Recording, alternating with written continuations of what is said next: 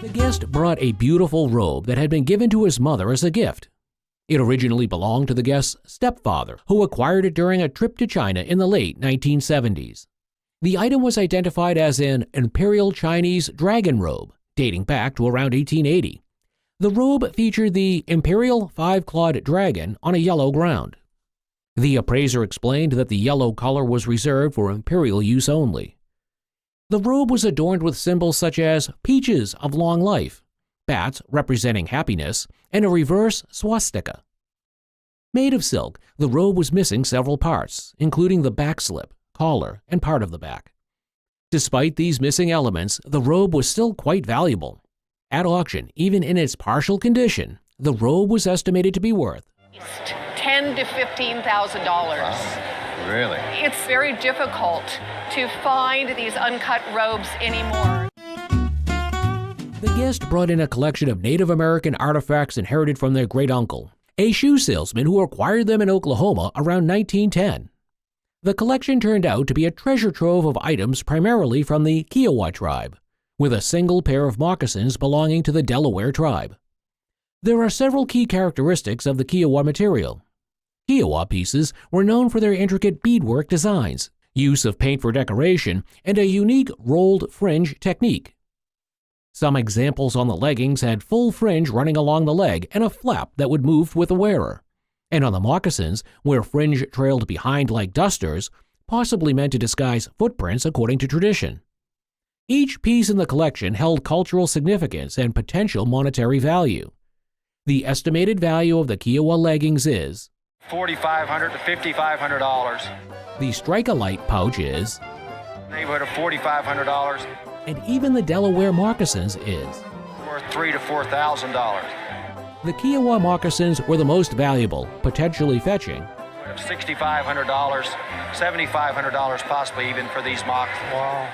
Over the years, these items have increased in value, however, and the entire collection is currently worth $20,000 to $24,000. The guest brought in two figurines inherited from their mom, who had always been curious about their origin and purpose. The guest explained how their mom had rescued these figurines from the trash after their aunt deemed them worthless. Both figurines are identified as products of the Doulton Lambeth factory in England, dating back to the 1860s to 1880s. The first figurine, with blue and green glaze, was considered commercially produced and thus less valuable. The estimated insurance value of the piece is $100. Wow. The second figurine, however, held a much greater significance.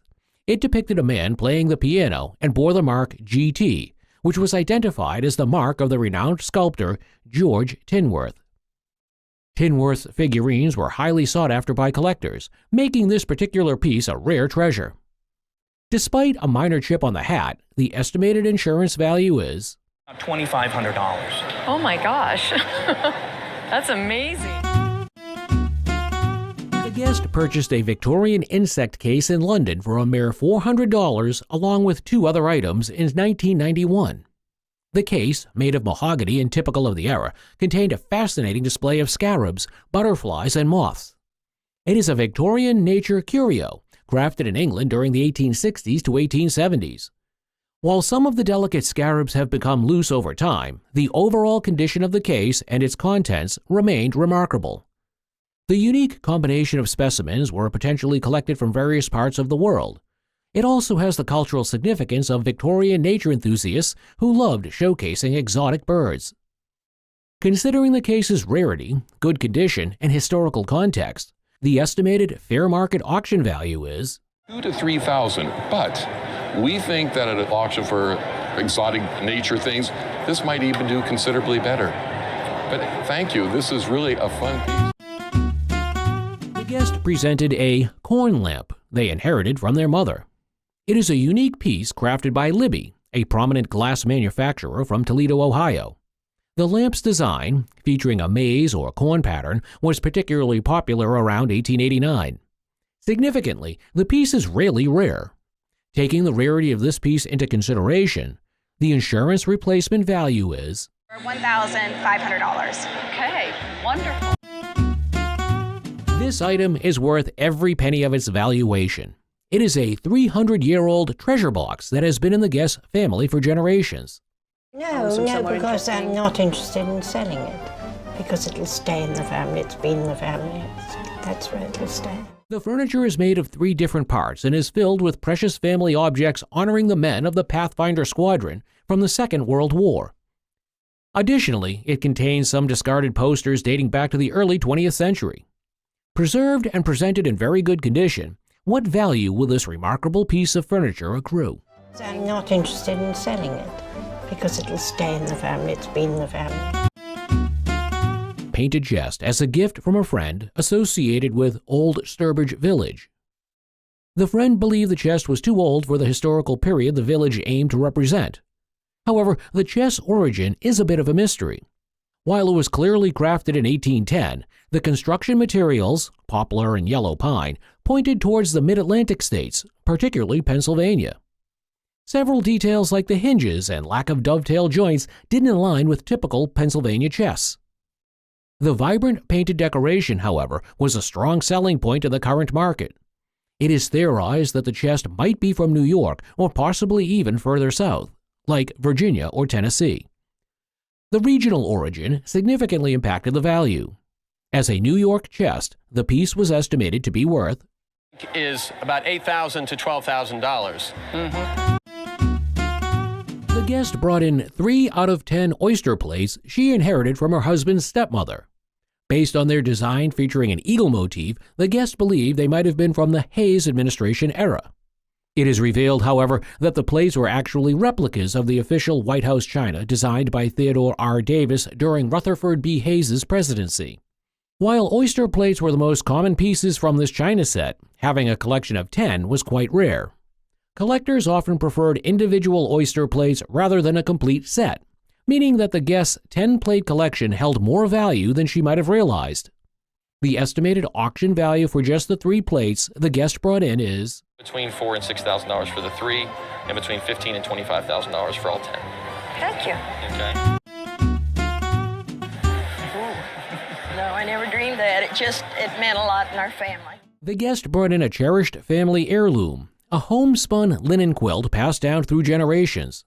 She shared a fond memory of their grandfather asking them to show it off to guests. The quilt is a rare and valuable piece.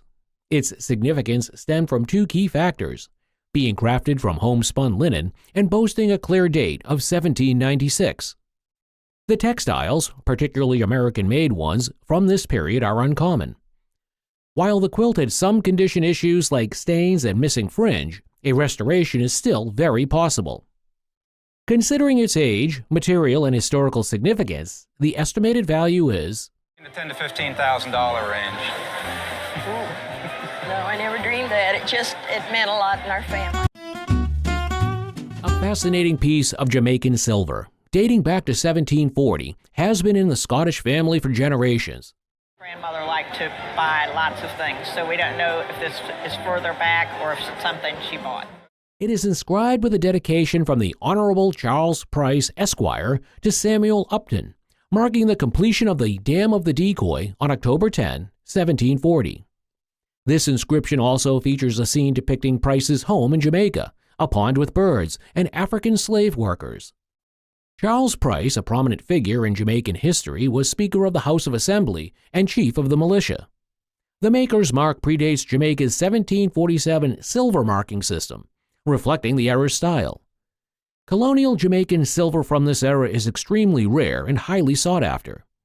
Due to its historical significance and rarity, the piece is estimated to fetch, at auction, $20,000 and $30,000. Oh my gosh. Drew visited Stockfield Mill in Oldham, where Matt needed to clear out his collection by the end of the month. He's clearing the mill. He's got to get out of there by the end of this month. The mill, a 3-story former cotton mill, housed Matt's extensive music memorabilia. Drew first noticed a pair of cognac chairs. Originally, these are valued at £1,200, now priced for the pair as... One price is very low, 300 quid a pair. So... These chairs, with their original finished design, were an excellent find. He then spotted a Vivienne Westwood punk t-shirt from the early 1980s. For the t-shirt, Drew bid 300. Thought so. This t-shirt intrigued Drew, given his passion for punk culture. Next, he discovered a signed Sex Pistols single, which was valued at £600. It is negotiated down to 250. Sold. Another significant item was a torn Union Jack flag, a punk symbol. Drew paid for the Union flag 30 quid. Yeah. Yeah. Yeah, I'll have that. The flag's worn condition added to its appeal as a piece of British pop history. Drew appreciated each item's unique history and cultural significance. Matt, knowing the urgency to clear the space, set attractive prices. His visit underscored his expertise in finding and acquiring hidden gems. Drew explored an antique center in search of unique treasures. It features over 60 dealers across 5 floors with lots of stuff. 60 plus antique dealers under one roof, 5 floors, acres of stuff. He immediately noticed a well-crafted cast-iron lion doorstop from the mid-19th century. It's valued at around £350. Despite some wear on the lion's face, Drew negotiated and purchased it for... Yeah, that would be 90.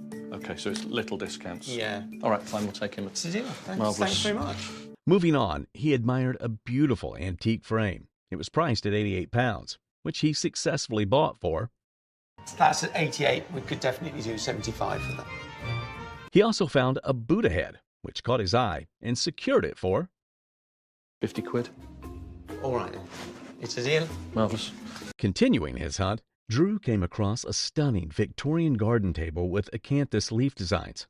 It originally priced at £650. After some negotiation, he managed to buy the table for... That you'll be pleased with it, 450. Absolute best. Sold. I thought you might like that. Thank you. Good. Just the colour, isn't it? Yes, and it's so sculptural. One of his most significant finds was an 1880s Howard & Sons armchair, an iconic piece valued at £3,000. Drew confirmed the authenticity of the armchair by checking the stamped caster, and after careful negotiation, he purchased it for... As expected, the absolute death is 70. 1,700. Yes. Yep, fine. Okay, that's a deal. Marvellous. Thank you. Throughout his visit, Drew bought remarkable pieces, each with its own unique history and value. The center, with its vast collection, proved to be a treasure trove for Drew. A collection of 4 Chinese ceramic panels representing the 4 seasons is featured in today's episode. The winter season here, autumn, spring, And over here is summer. These panels were bought in the early 1960s from an antique art dealer by this guest's in-laws. Although the guest was previously informed that the panels were from the last Chinese dynasty, it is, however, actually from the 1930s, which is known as the Republic period in Chinese history. Their distinctive porcelain design is a hallmark of the Republic style. And I know that based on a couple of different features in the porcelain. Each panel features marks indicating that they were painted by Wang Yeting, a celebrated porcelain painter of the era. The current market for Chinese decorative art is robust, driven by prosperity in China. Had these panels been from the Kangxi period, they would be even more valuable. At an auction in today's market, these well-painted, distinct porcelain panels would be valued at $15,000 to $25,000. Okay, that's very nice. Drew visits Gary Wallace, a seasoned antique dealer with 30 years of experience, at his shed near Henley. Gary is an architectural and antiques expert who stores all of his items in a giant converted shed. Just outside Henley is architectural and antiques expert Gary Wallace, who stores all his items in a giant converted shed. These items, including motorbikes hanging from the ceiling, showcase Gary's diverse collection. Drew first spots a museum cabinet from France, made of raw steel with original painted decoration at the base, resembling faux marbling. Although the cabinet's top is broken, Drew sees potential in it. Drew purchased it for 400 quid. Yeah, let's get the ball rolling. Yeah. Thank you. Deal. Marvellous. Once restored, it could be worth around £1,200. Next, Drew is drawn to a distressed mid-19th century French mirror.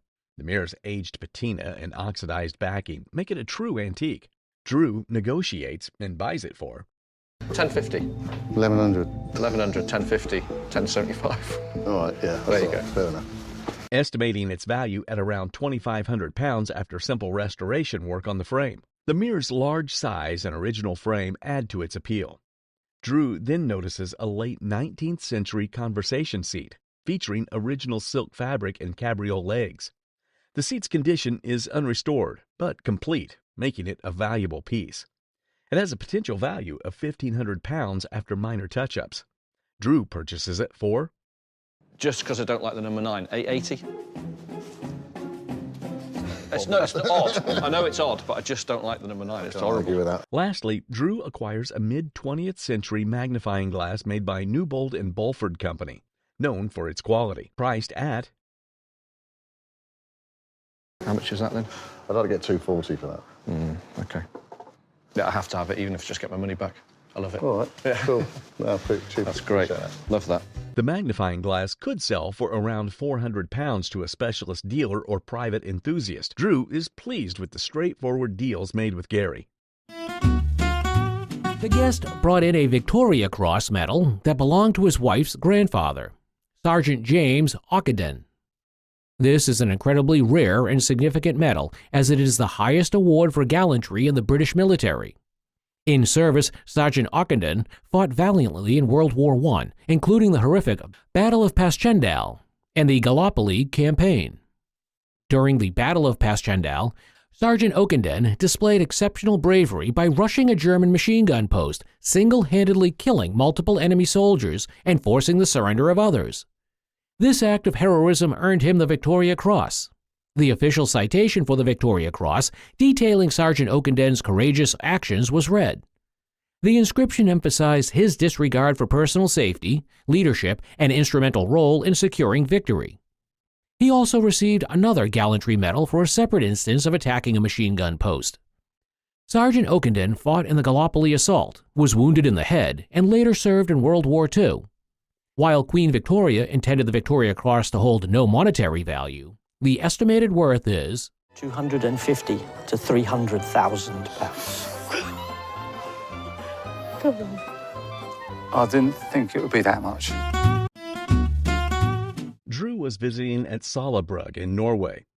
While there, Drew discovered a beautifully painted table that caught his eye. The table was priced at 1,200 pounds, which roughly converts to 120 pounds. To do business in Norway. 1,200? 1,200, so that's 120 pounds. Thereabouts. Thereabouts, yeah. Thereabouts. After considering the price, Drew decided to go ahead and purchase the table. This marked his very first Norwegian furniture acquisition, a significant moment for him. Later on, Drew came across a unique and well-preserved chair that piqued his interest. The chair was in excellent condition, with no repairs or damage, and was priced at 200 pounds, or 2,000 pounds. Drew thought the price was reasonable, considering the chair's originality and charm. The next day, Drew and his team traveled 120 miles north from Sollebrug to Roverud. They're driving 120 miles north, from Sulebrug, past Oslo, and east to Roverud. In Roverud, they visited Arnie, a collector known for his extensive collection of classic American cars. Arnie's collection included a vast array of vintage car parts and other antique items. Among the items, Drew found an intriguing swivel searchlight, likely from a wartime landing craft or fire engine. This searchlight could be valued at around 850 pounds in the UK market if restored to working order. After some negotiation, Drew managed to purchase the searchlight for 675 kroner, a price he found fair. Drew was pleased with his finds and felt the trip to Norway was proving successful. Drew and T had to meet Lord Montague in Palace House, Beaulieu. We are off to meet Lord Montague at Palace House, Beaulieu. Beaulieu is renowned for its British Motor Museum, but there's more to explore. Palace House, built in the 13th century, was once the gatehouse of Beaulieu Abbey. The estate, owned by the Montague family for over 400 years, now includes a sale of furniture. Lord Montague leads them to the old servants' quarters. Drew discovers elegant Edwardian pendant lights designed for electric fittings. These lights, once considered luxurious, can fetch around £1,500 per set of 4. Drew negotiates to buy the lot for... Have a deal with you at £1,000 for the lot. So that, 4 of those, and you've got yours. Deal? It's a deal. Fantastic. Wonderful. In the garage, Drew finds a range of vintage furniture. He uncovers 7 chairs, many stamped with Holland and Sons of London, known for their high-quality craftsmanship. Restored, these chairs could sell for up to £1,000 each.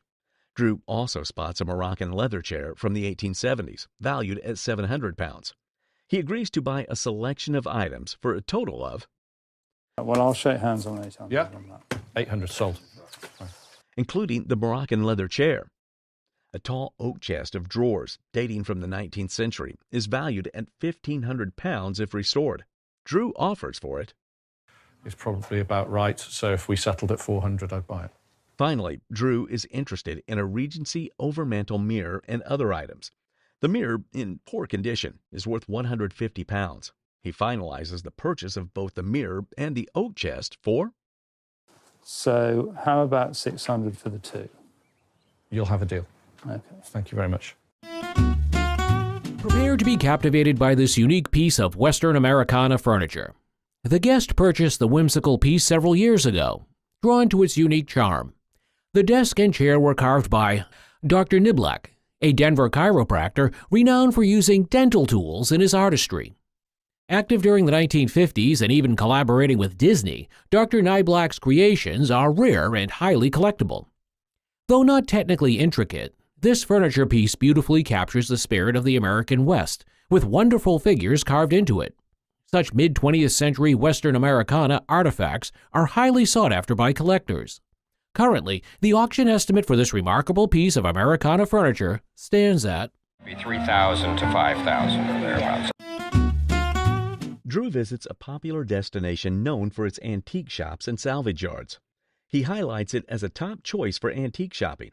He heads to his favorite antique center with 60 dealers. It's straight to his favorite antique centre, home to 60 separate dealers. Drew meets Steve Castell, who has run the business for 12 years. He's meeting Steph Castell, who set up the business 12 years ago. He admires a 19th century horse riding crop made of whalebone and silver. Drew buys it for... a £5. Sold. Start things off. Sold. Okay. That's a really good one. Drew also finds a large bamboo basket from the early 20th century, priced at... It's not bad, is it? 175. Yeah, sold. Okay. God. This basket could fetch around £600. Next, Drew visits Anthemian Antiques, which specializes in unique items. He discovers a late Victorian chiffonier sewing box, valued at £600, and bought it for... What about 425? Yep, sold. Okay, thank you very much Thank indeed. you. Very pretty. He then purchases a Killam rug, noting its vibrant colors and condition. Drew bought it for... 130. Go on then. Thank you. Thank you. Drew heads to Ben Pritchard Antiques, where he sees a 1930s bronze desk lamp priced at...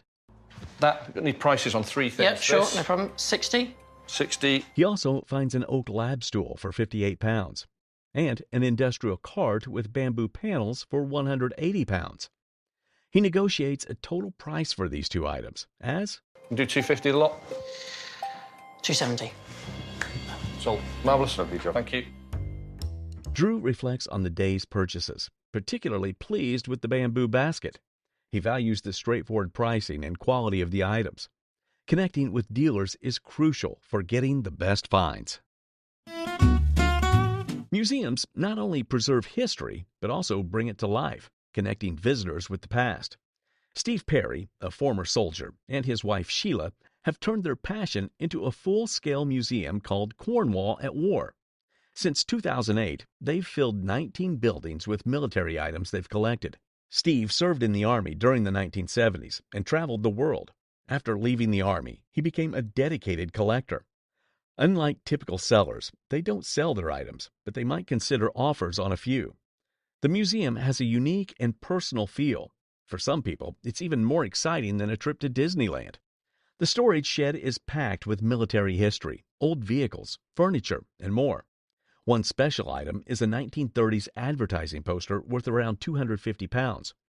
I think without the blue paint, I'd be like 150 quid. But with? Half. I would think 100.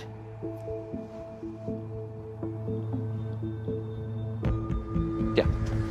Okay. Thank you. Did deal with you. Even though it has some blue paint on it, the poster is still very valuable.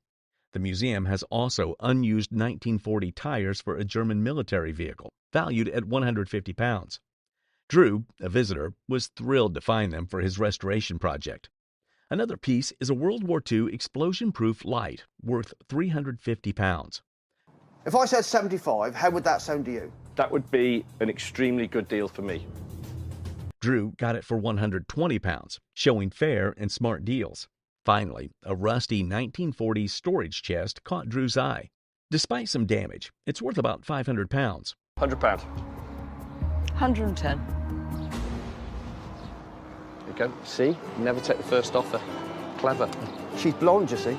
The museum is a special place where history is carefully kept and shared. Exhibited on the show is a folk art cane that isn't just functional, but also a piece of history and culture. This guest acquired this antique piece because he loves its designs. Physician, so I was collecting those, and this is one of my best ones that I had. The cane was carved from a solid piece of maple wood. At its top, we can also see a carved figurine serving as its handle. Below the top figure, there is a carved box containing 4 carved heads. Turning the cane around reveals the name of its maker, John Mitchick.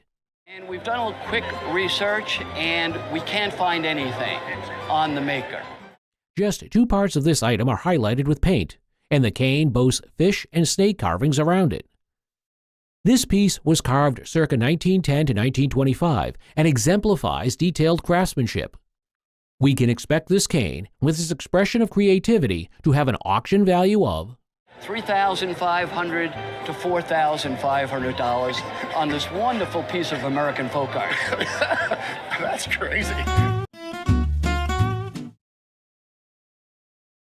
Bo, an engineer, restored a large vintage clock purchased by Rob. Rob bought it from a dealer in Ripon for £1,000, hoping it came from York Station. Rob bought this in the belief it once hung in York Station. Vintage railway clocks with provenance are sought after by enthusiasts. Vintage railway clocks with provenance can be very valuable, fetching thousands of pounds. The clock had a 24-hour face, but Rob believed original Roman numerals were hidden underneath.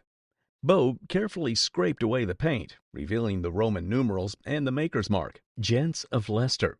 He also repaired and cleaned the clock's aluminum hands, ensuring they were as good as new. A modern master clock was installed to keep the time accurate and automatically update for daylight saving. Rob was thrilled with the restoration and the newly uncovered history. The clock's provenance and restored beauty greatly increased its value. He was especially impressed by the clock's sound and the quality of Bo's work. The restoration brought the clock back to life, highlighting the importance of skilled craftsmanship. The discovery of the maker's mark added a significant historical touch. Bo's careful work preserved both the Roman numerals and the later 24-hour face. According to Rob, the clock's price sounds more like £1,000, which is the original price. How much do you pay for it? Stands me £1,000, which was the original. Okay. It's quite a lot for something that doesn't work. The clock's transformation exceeded Rob's expectations, making it a true centerpiece. Rob was overjoyed with the result, praising Bo's dedication. The clock now stands as a perfect blend of history, artistry, and engineering. Where history is reclaimed piece by piece, treasures await those who seek the beauty hidden in demolition dust. The business, run by Terry Apps for over 30 years, specializes in materials from demolished buildings. They salvage bricks, roof tiles, joists, and other reusable items. Drew visits the center, hoping to find unique pieces. Inside, he discovers fireplaces, chimney pieces, and stained glass. They discuss the recent demolition of a local pub, a loss to the community. Cast iron enameled 3-section hand basins were a common feature in schools and factories.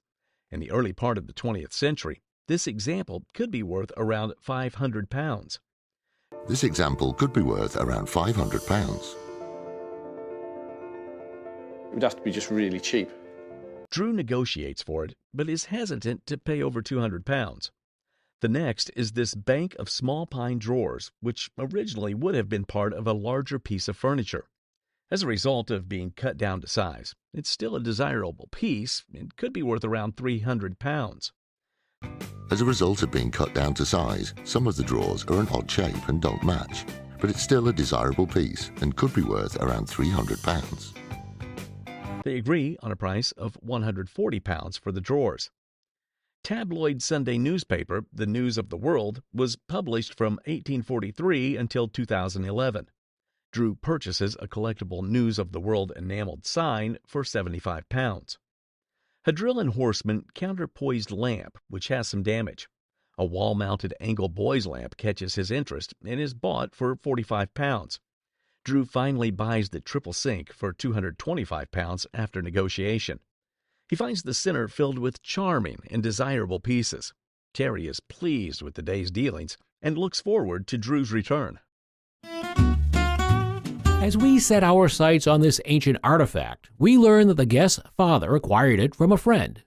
The story goes, my father's friend brought this home from France after the war. Supposedly, it had been shot in several places, and he was just downsizing and gave it to my father, who was also over there. This is a decorative urn manufactured in France, made from an extremely rare English stone called Blue John. The stone is sculpted into an urn and mounted on gilt bronze mounts. An artifact recovered from the French War, this urn has suffered some damages, with chunks of the stone knocked out from bullet shots. A little bit. We can sort of see that it's had a little bit of a hard life. That's a good war story, that bullets caused these damages. At the base of the piece is the hallmark of its retailer, Baudouin Masson. Large pieces of Blue John stone are very hard to come by, making this piece extremely rare and worth $3,000 to $5,000. Really? Yeah. Wow, that's amazing. Discover England's hidden treasures and timeless tales. Goring Castle. The castle, a mix of Gothic and Palladian styles, was once home to poet Percy Shelley. After Shelley drowned in Italy, his widow, Mary Shelley, sold the castle. Lady Colin Campbell, a royal biographer, now owns and has restored the castle. She and her son, Dima, transformed the derelict structure into a grand home. The house features various furniture pieces from different sources, including France. The first dome built in a private house, according to Historic England, is here.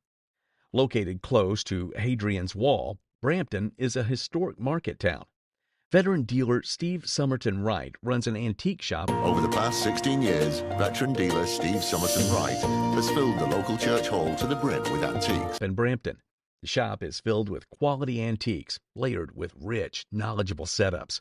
The Mount Ephraim estate near Farvisham has been in the Dawes family since the 17th century. Current owner William Dawes manages the house, built by Sir Edwin Dawes in 1878. The house blends different architectural styles, showcasing Rococo and neoclassical designs. Drew, a passionate antique buyer, visits and admires the well-curated shop. He praises the exotic, design-led selection of desirable items in the shop. Drew purchases a club fender, an 18th century style fire seat, for £600. This 20th century one could be worth around £1,300. The item, a blend of style and function, highlights the shop's high-quality offerings. This club fender, originally priced at £650, is a valuable and stylish find. Collins, a family-run business, has opened a new antique shop in London. Derek Hunt runs Collins, which started in 2011 as a property clearance service. The shop sells upcycled and antique pieces from house clearances. Drew visited Collins and praised its clean, modern setup. A bronze wall cabinet from Drury Lane, likely made in the early 1900s, caught his eye. This high-quality bronze wall cabinet was most likely made in the early 1900s. Its slender sections support large original glass pieces. The cabinet features original glass pieces and adjustable nickel-plated brackets.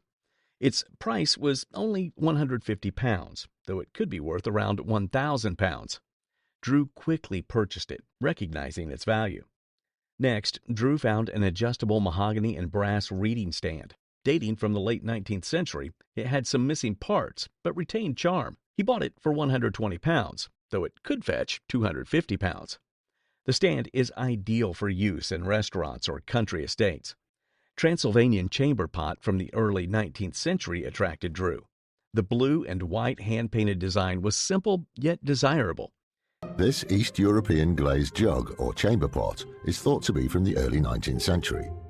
He purchased it for £30, with an estimated value of £120. Drew was charmed by the shop's eclectic mix, reflecting its house clearance origins. Imagine a journey through colors and strokes as we journey into the depths of this captivating canvas painting. Our guest, accompanied by her husband, acquired this piece at a thrift store. This captivating piece was created by Lee Godie, an American self-taught artist who was active in Chicago from the 1960s to the early 1990s. Especially Chicago area individuals are very interested in her work. She's heavily collected in that region in particular. Painted in the 1980s, it depicts a female figure with a red headband and lips painted in red, all set against a vibrant yellow background. Characteristic of Godie's works, she employed a variety of paint mediums, which we can discern in this piece. At auction, this captivating and colorful painting would command a value of $2,000 to $3,000. Wow. That's great. In the market town Stroud, where 5 Cotswold valleys meet, the Malt House Collective operates in a repurposed 18th century malt house. It spans over 14,000 square feet and 2 floors, showcasing a variety of antique and vintage items. One of the vendors is Jeremy Russell, who describes the collection as an eclectic mix from various periods and parts of the world. Moving forward, Drew Pritchard notices a pair of 1960s rosewood and leather armchairs by A pair of 1960s rosewood and leather armchairs were designed by influential Norwegian furniture designer Sigurd Ressel. These rosewood and leather armchairs, due to its beauty, were initially priced at £995. Drew discovers they need repair, negotiating the price down to £700 for the pair. Upstairs, he finds a beautiful hand-carved card table and This hand-carved card table in pollard oak was probably made by esteemed makers Crace. Pollard oak, attributed to Crace of London from the 1870s. The table, in near-perfect condition, is offered at a surprising price of £350, eventually settling at £330. However, Drew values the table at £3,000 after minor restoration. Further exploring, Drew encounters 2 large 1980s banquet seating units from a Covent Garden shoe shop. These seatings were initially priced at £1,800. He envisions them as unique coffee tables or statement pieces in a plush hotel lobby. Drew negotiates the price down from £1,800 to £700. Jeremy agrees to the final offer of £700, closing the deal. Trucks not only carry goods from one place to another, but they also play a vital role in keeping the economy moving. In the Cotswolds, Drew and Paul find a small British classic car that needs lots of work. The car has to be taken apart completely and rebuilt. Drew tries to get the owner to lower his £10,000 asking price. He aims for £9,000, but agrees on £9,500. I think, being fair, if we have to go 9.5, it's gone. We're happy, you're happy, you can get on with your life. Yeah. Okay, yeah. I think we'll go for that. Brilliant. All right. Thank you very much. Thank you very much, Dan. When restored, these cars can be worth well over £20,000. Drew sends the Mini to a family business in Birmingham run by Reese and his dad. They specialize in making canvas covers. Reese says the car's canvas top can't be fixed and needs replacing. Drew is unsure at first, but likes the new design. He adds a Union Jack flag to the back cover. Reese offers to replace the window with brass gauze, and Drew agrees. The total cost is £450, less than Drew expected. What's it going to cost? £450. All in? All in, £450. Sold? Yeah. That's a fantastic price. Cheers. The car is painted green, and the final look is impressive. Paul likes it, but isn't a fan of the flag. Drew believes the flag will attract buyers. At a race meeting, most people like the car. Drew is confident it will sell for around £20,000. When we fall in love with our heroes, it's only natural to want a piece of them. This guest embarked on a journey to acquire autographs from her heroes, writing multiple letters, including one in 1993 to Jerome David Salinger. Salinger, an American writer and author, is best known for his 1951 novel, The Catcher in the Rye. This particular letter, heartfelt and written by an 11-year-old, managed to earn his extremely rare and hard-to-come-by autograph. So Salinger's response here at the bottom is, I don't sign autographs, Amber, and if I can help it, I don't answer mail. Lance, I imagine, feels much the same way about it. Preserved in very good condition, this beautiful piece of correspondence from hero to fan is valued at $1,500 to $2,000 on this piece. So not bad. There's a second ribbon for you for your 4-H project. Wow, my husband's going to freak out. Thank you. Good. Drew Pritchard scores big on rare finds at a rural auction. The auction takes place in a wealthy area with pieces sourced from private homes. A standout item Drew spots is a pollard oak writing table with Fruitwood's original handle and a single drawer. The auction house setting allows Drew to focus on a few valuable items instead of bulk lots. He estimates the table's value at £2,500, but secures it for just £1,300. Drew expresses confidence, calling the piece a 10 out of 10. He appreciates the competitive atmosphere and carefully selects items to bid on another. Another key item is a cast-iron Pritchard Street sign from the Victorian era. Drew successfully bids £120 for the sign, matching his valuation of £100 to £150. It dates back to the Victorian period, and as a decorative piece for his new shop, Drew is prepared to bid up to £150. Drew's next step is Babdown near Tetbury, a large antique centre. There, he discovers a massive Scottish country chest of drawers from the late 19th century. The chest, made from pine, is valued at £3,000, but is priced at £1,600. It could be worth around £3,000, but is priced at just £1,600. Drew negotiates the price down to £1,200, a significant discount. His purchase of the chest of drawers exemplifies his strategic approach to buying. The successful acquisitions reflect Drew's expertise in the antiques market. Alex told Carousel horses are prized decor as fairgrounds dwindle. As fairgrounds are becoming more scarce, these carousel horses are being used more as decorative items. When removed from their carousels, these horses often have broken legs. To address this, Alex carefully reattaches the upper legs by drilling and inserting strong dowels with slow-drying glue. Once the upper legs are stable, the lower legs are reset using masking tape, which acts like a flexible bandage. After the structural repairs, it is sent for the paintwork. Jill, in the paint restoration studio, uses Rebecca's research to restore the horse to its original dappled gray color. She meticulously mixes enamel colors and oil-based white paint by eye, sticking to earth tones traditionally used. Jill's goal is to recreate the naturalistic look of a real horse, with subtle shading and texture. She carefully chips away at the paint to give it an aged and worn appearance, as if it's been loved and ridden by many over the years. After weeks of work, the Carousel horse, once badly damaged, now stands strong and beautifully restored. When Drew picked it up, it was valued at Worth only £500 when Drew picked it up. Now this horse's worth has skyrocketed. With the restoration, it could now fetch at least 10 times that amount. It's identified as a creation by a craftsman Heim of Germany, with similar pieces selling for as much as... For sale in America, it's $27,000. This guest brought along a painting purchased by her father. Father purchased it in 2004, and it was supposed to have come from a Scottish estate. It has a sticker on the back of it to say that it was attributed to Anthony van Dyck. It is a portrait of the Duchess of Hamilton, Margaret Fielding. Originally thought to be the work of the iconic British court painter Sir Anthony van Dyck, the Flemish Baroque artist who revolutionized portrait painting in the 17th century Britain, this painting was later identified as a recreation. Because what happened in the 18th century, because this man, this great colossus of British art, changed and influenced the way we paint so much, there were artists who went back, who looked back. While not an authentic Van Dyck, as the original is lost to history, this 18th century recreation captures the essence of the iconic artist's style. Although it is not an original, the painting shows great inspiration and would easily sell at auction for £3,000. Well, that's nice to know. That's lovely. Thank you. Drew Pritchard, a salvage hunter, tours the Midlands. Salvage hunter Drew Pritchard is on a tour of the Midlands, visiting Birmingham's Jewellery Quarter, a place rich in history. Industrial vintage items are always in demand. Drew spots a factory stool made by the local company Evertaut.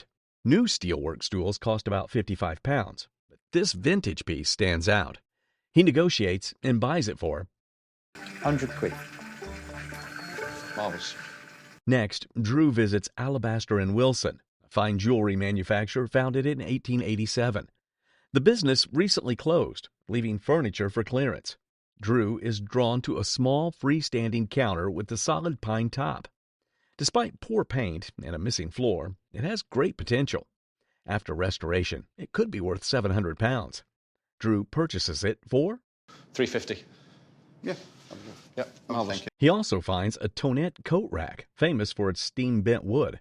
This piece is in excellent condition and could sell for £350. Drew successfully secures it for £140. Oh, thank you. In another room, he discovers a scalloped workbench used by silversmiths. This bench, rich in patina, reflects its history and frequent use. Drew buys it for £100. Yeah, we can do that. Thank you. Envisioning it as a unique dressing table. Drew visits the Tamar Bell, a heritage center. Previously, there was nothing Chris developed from scratch. Nothing here at all previously. We've built everything from scratch. The site was once barren, but is now filled with stories and historical items. Chris, the owner, showed Drew a Victorian signal box packed with unique train memorabilia. Drew noticed an unused enamel pendant made by Benjamin Electric, a company established in 1898. The pendants, valued at £300, caught his eye. Drew offered for 4 pendants. After some negotiation, Drew purchased all the parts for £140, and I get all the parts. £150. And I get the parts. Yep, £150 including all the parts. Wonderful, thank you very much. He was pleased with the deal. Moving on to the Ivy House, another part of the Heritage Center, Drew discovered wrought iron door handles from around 1900. These handles were originally used on railway boxcars and were handcrafted by blacksmiths. Their rarity and unique craftsmanship made them valuable. Chris mentioned that the handles could be worth around £600. Drew was impressed and decided to buy 21 of them. After a brief discussion, they agreed on a price of 21. I'm really looking for about £250. Yeah, I'm not going to argue with you over that. Good. Fab. Wonderful, thank you very much. This old incandescent lamp had been in the guest's family for 80 years, bought at her grandmother's auction. However, this lamp was damaged in the Loma Prieta earthquake about 20 years ago. It is missing some pieces of glass and has some cracks. The lamp was made by a company called Duffner and Kimberly in New York, known for their extraordinary quality glasswork in the early 20th century, and the company's insignia is very visible on the lamp's handle. The base is made of gilt bronze. It's base that to me is just drop-dead gorgeous. Yeah. Although this lamp has had some damage in the past, there are people willing to restore it, which would significantly increase its market value at auction. Even though this lamp has been damaged and missing some pieces, it still retains a visible company insignia and gilt bronze, which places its value at around $12,000 to $16,000 if it were in good shape. I'm happy to know something about it. The conversation takes place inside a Victorian elm shed. Drew admires an enamel lamp in poor condition. He purchases the inlaid brass floor lamp with an Islamic design. The lamp's colorful cloisonné enamel makes it valuable despite needing restoration. Drew estimates the restored lamp could be worth £700.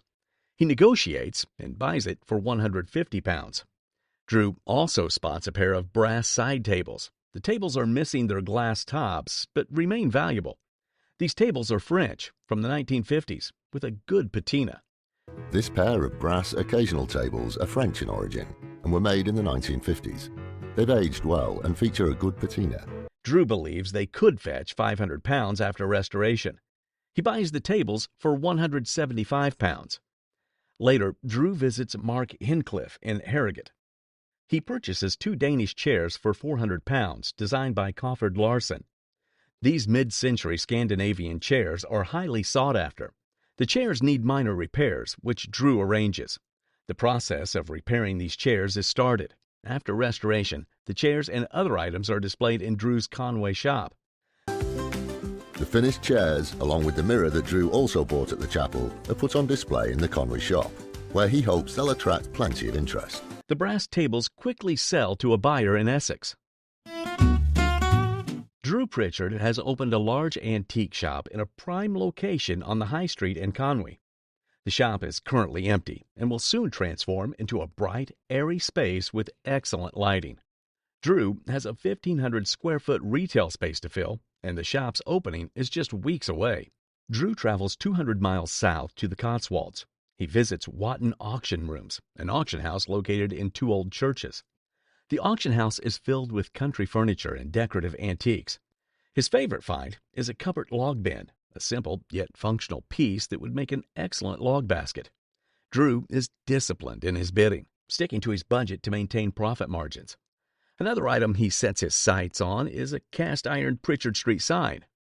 The first lot Drew hopes to buy is the cast-iron Pritchard Street sign. It dates back to the Victorian period. Which dates back to the Victorian era. Drew successfully wins the sign for £120, well within his budget. He also bids on the cupboard log bin, but faces stiff competition, with the final bid reaching £300. Back in Conway, Drew begins arranging the items in his shop. One standout piece, the cupboard log bin, is placed front and center in the shop window. Drew holds a preview event for locals and fellow retailers to showcase the shop's offerings. D-Day has arrived. Drew's holding a preview for Conway locals and fellow retailers. We've invited a few people tonight, so there's about 25 to 40 people coming. This new shop fulfills a long-held dream of Drew's, marking a significant achievement in his career. Really? Wow. That's great. The guest purchased this diary 15 years ago at an estate auction for just $5. It belonged to Warren, an abolitionist from Boston. Yes. The address is 28 Cornhill, and he was an abolitionist. Warren traveled south after the war to document the conditions of slaves. He recounted a slave's journey who was sold twice, once for over $1,200. He also mentioned that education and religion were permitted, which caused discontent among the local community. He also depicted Brian's slave pen in Savannah, creating a chilling illustration. Diaries like this hold value for the historical content. Conservative auction value of the diary is $3,000 to $5,000. Oh, really? Wow. That's great. Drew's treasure hunt at Bill's Wells turns into a gold mine of rare antiques in mid-Wales. Bill's Wells is a major antique fair with 1,000 stalls. The fair features high-end dealers and unique items. Dealers from all over Wales and the Midlands attend. Drew spots a Vinnish optician's display unit. It features a mirror, storage, and a London maker's mark. The price is £650. Drew buys it immediately. Next, he finds Gothic bronze brass pendant lights. Dating from 1900, they could be worth £1,000. Drew purchases the pair for £220. He also discovers an arts and crafts pine settle. This 1880 piece could be worth £2,500. Has excellent form and is in original condition, so could be worth around £2,500. Drew negotiates and buys it for £1,200. Finally, Drew finds an early 19th century Windsor chair. Unrestored and with original paint, it may be worth £1,800. The fair provides Drew with exceptional finds. He enjoys the day in Wales, successfully buying antiques. Drew hunts rare antiques with a loyal collector at a grand Georgian estate. Georgian estate, Colin Mackey has bought over 100 items. Colin's home is filled with Drew's pieces. Drew delivers Colin's latest purchases. He wonders what Colin does with them. Colin prefers items with patina and history. Drew and Colin share similar taste. Drew sends T off to get Colin's latest purchases, which show yet again that the two passionate collectors. Drew admires Colin's unique collection. Next, Drew visits Gilmerton House. David Kinloch welcomes him there.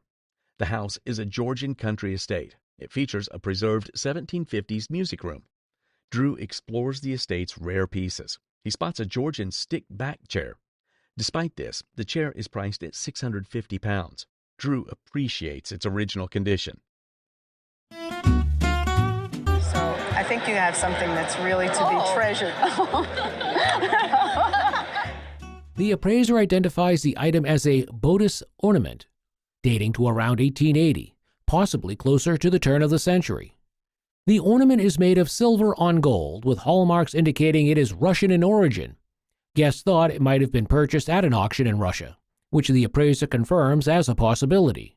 The appraiser estimates the value of the bodice ornament to be between $15,000 to $20,000. So I think you have something that's really to be treasured. During a visit to Drakelow Barn Antiques, several remarkable items caught the eye. Firstly, a pair of early 1600s corbels, made without any mechanical tools, also stood out.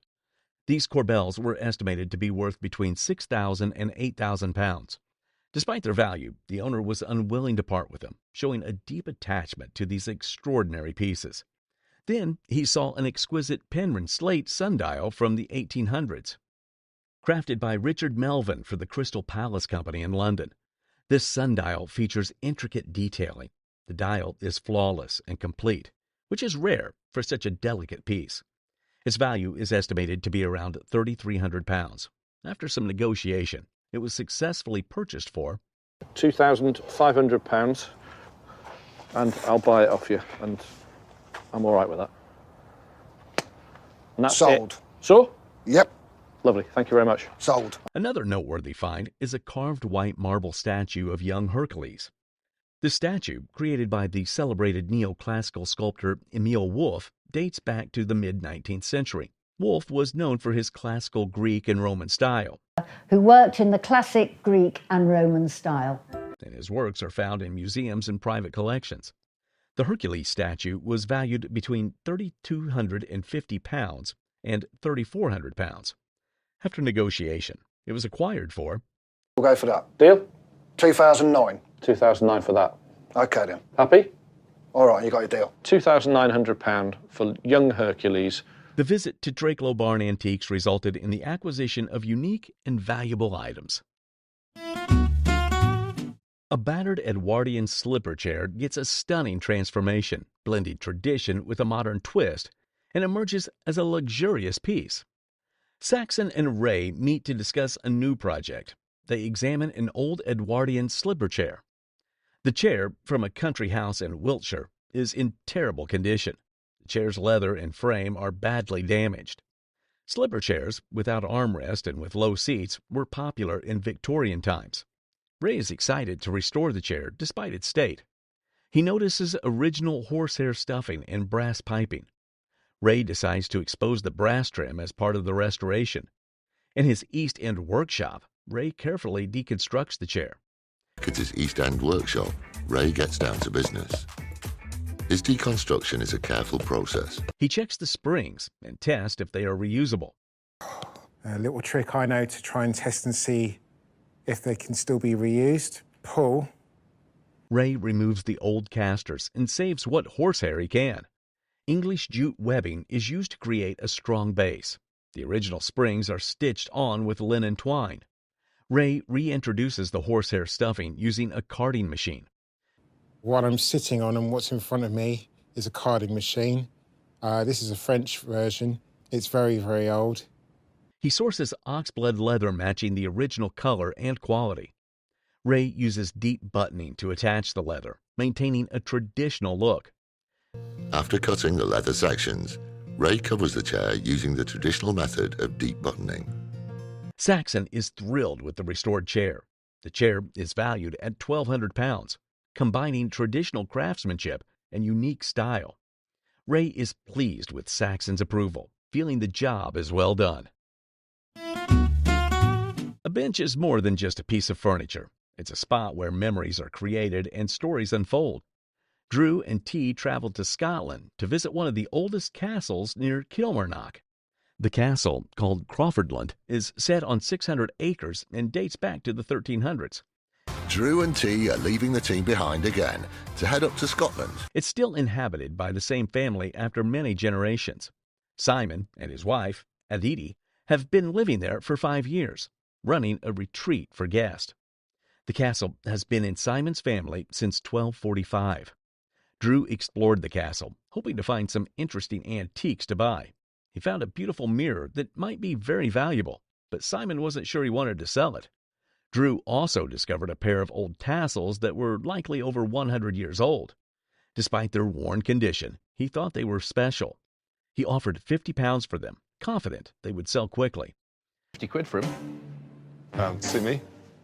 There you go. The RT, that is not going to take you long to load, no. is it? You could even put that in the van. Next, Drew looked at the outbuildings and found an old bench in poor condition. The bench was once part of a pair, with the other one displaying the family's coat of arms. Drew saw potential in restoring the bench and bought it for £400. 400 quid? Yeah. He believed it would be popular, especially with American buyers. Document. Now, is your mom still living? Yes, she is, and she's going to be mighty shocked. Make sure you tell her that $75 many years ago was... Back in 1978, our guest acquired a special document at a WGBH auction. This document displayed information about George Barker, who was born in 1788 and was a person of color. Guest paid $75 for this document. The document describes Barker's height, complexion, and hair in detail. It's a rare find, especially for a free person of color, in such exquisite form. It's not just any paper, it's a certificate of citizenship for a person of color. Scholars, collectors, museums, and libraries would treasure this piece. Appraiser leaves the guest astonished by the document's newfound worth, sparking awe. $3,500 to $5,000 for this document. That's unbelievable. Now, is your mom still living? Yes, she is, and she's going to be mighty shocked. Make sure you tell her that $75 many years ago was... Over time, the value of this document declined to a range of $600 to $900.